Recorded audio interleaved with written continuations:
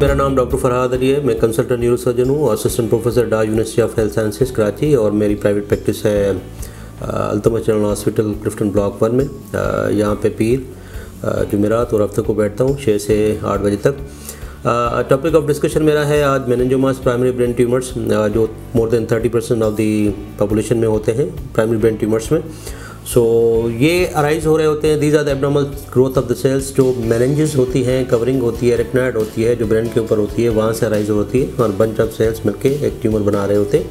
वो different parts of the brain में जहाँ जहाँ पे मेनिंजेस होगी वहाँ पे होगा, चाहे वो फ्रंटल हो, फ्रंटल नीचे, पैराइटल हो, ऑक्सीपिटल हो, या टेम्पोरल हो, या सीपिंगुलर हो, या स्कल बेस जो नीचे वाला, आँखों के भी नीचे वाला हिस्सा जो होता है, ब्रेन का नीचे वाला हिस्सा, वहाँ पे कहीं पे भी अराइज होता है, जो मोस्ट डिफ़िकल्ट वन होता है। Not because of that, because of the location.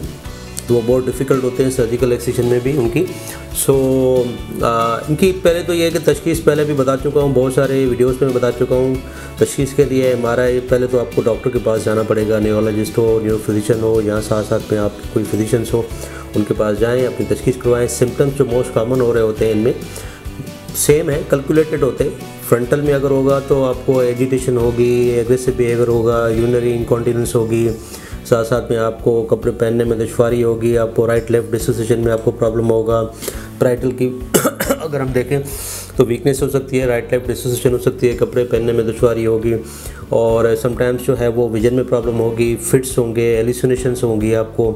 और अकॉर्डिंग टू लोकेशन है डिफरेंट पार्ट्स ऑफ बॉडी में, आपको जनरलाइज बता रहा हूँ ये सिम्टम्स जो होते हैं। और अगर पीछे वाले हिस्से में होगे तो चलने में प्रॉब्लम होगा, आप लड़खड़ाते रहेंगे, और साथ साथ में आपको कोई वीकनेस, कोई चेहरे की वीकनेस होगी, या निकलने में प्रॉब्लम होगा, या वॉइस चेंजेस हो सकती है आपको।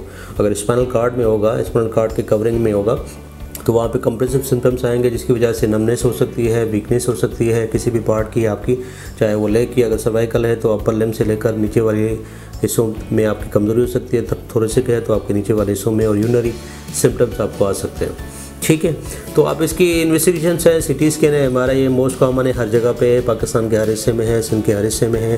तो सिटी स्कैन हमारा ही होती है, अकॉर्डिंग टू सिम्टम्स डॉक्टर्स करवाते हैं। अगर ये आपकी तशखीस हो जाती है तो ये मेनिंजोमास है। मेनिंजोमास सिटी स्कैन पे कैल्सिफिकेशंस नज़र होती है, बिल्कुल हार्ड सा होता है, और MRI पे कंट्रास्ट, एविड कंट्रास्ट एनालिसिस होती है उनकी। So they can be multiple, they can be isolated, single.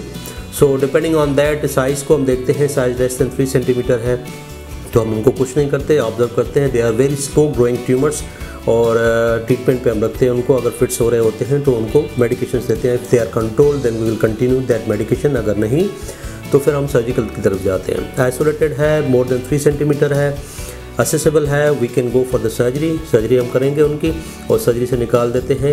Recurrence rate is very slow, grades होते हैं इनके, according to grade need of the radiation होती है उनकी, और अकॉर्डिंग टू दैट लोकेशन हम सर्जरी उनकी करते हैं और फॉलोअप करते हैं हम उनका। सो थिंग इज़ दैट इस आज टॉपिक का ये डिस्कस करने का ये है कि ये अगर निकल जाते हैं तो कोई प्रॉब्लम नहीं होती। दे आर नॉट, अब कहें कि हम के मॉर्टलिटी इनमें कमी होती है, ज़्यादातर उनमें होती है जो बेस के बिल्कुल ही स्कल बेस के नीचे हो रहे होते हैं, ट्यूमर्स जो इंगल्फ कर रहे होते हैं मेजर वेसल्स को, नर्व्स को, और ब्रेन को कंप्रेस कर रहे होते हैं। ज़्यादातर ट्यूमर्स हमारे पास जो ये आते हैं वो कंप्रेसिव सिम्टम्स के साथ आते हैं, क्योंकि ये very slow growing silent tumours होते हैं, और जब अराइज हो रहे होते हैं तो हमारे पास अल्टर लेवल ऑफ कॉन्शियसनेस और बेहोशी की हालत में हमारे पास आ रहे होते हैं। तब उनको हम जब ये डायग्नोसिस करते हैं तो हमारे पास एक ही ऑप्शन बचता है, सर्जरी बचती है। After surgery if patient survives, और most of the patient survives and they go in a normal life. ठीक है, कुछ प्रिकॉशनरी मेजर्स होती हैं वो जो हम उनको बताते हैं। आफ्टर दैट रेडिएशन है, कीमोथेरेपी है, डिपेंडिंग ऑन द ग्रेड, वो हम करवाते हैं। ठीक है जी। सो आप अपना ख्याल करें, असेसमेंट करवाएं। अगर इस तरह के साइन सिम्टम्स हो जो मैंने पहले आपको बताए हैं, या आपको कहीं डायग्नोसिस हो रही है तो आप बर वक्त रुजू कर लें आप हमसे, और हमारे दिए गए नंबर्स हैं यहाँ पे नीचे, आप कांटेक्ट कर सकते हैं। और अल्तमश के अलावा मैं डिफरेंट और हॉस्पिटल्स में भी बैठता हूँ, तो आप जहाँ पे आपको असेसेबल हो तो you can come and visit and have a consultation with me. उसके बाद फिर हम डिसाइड करेंगे कि जी ये करना है नहीं करना, जो आपके बेस्ट पॉसिबल, या आपकी बेस्ट पॉसिबल आपके लिए जो बेहतर होगा वो हम वो करेंगे इंशाल्लाह ताला।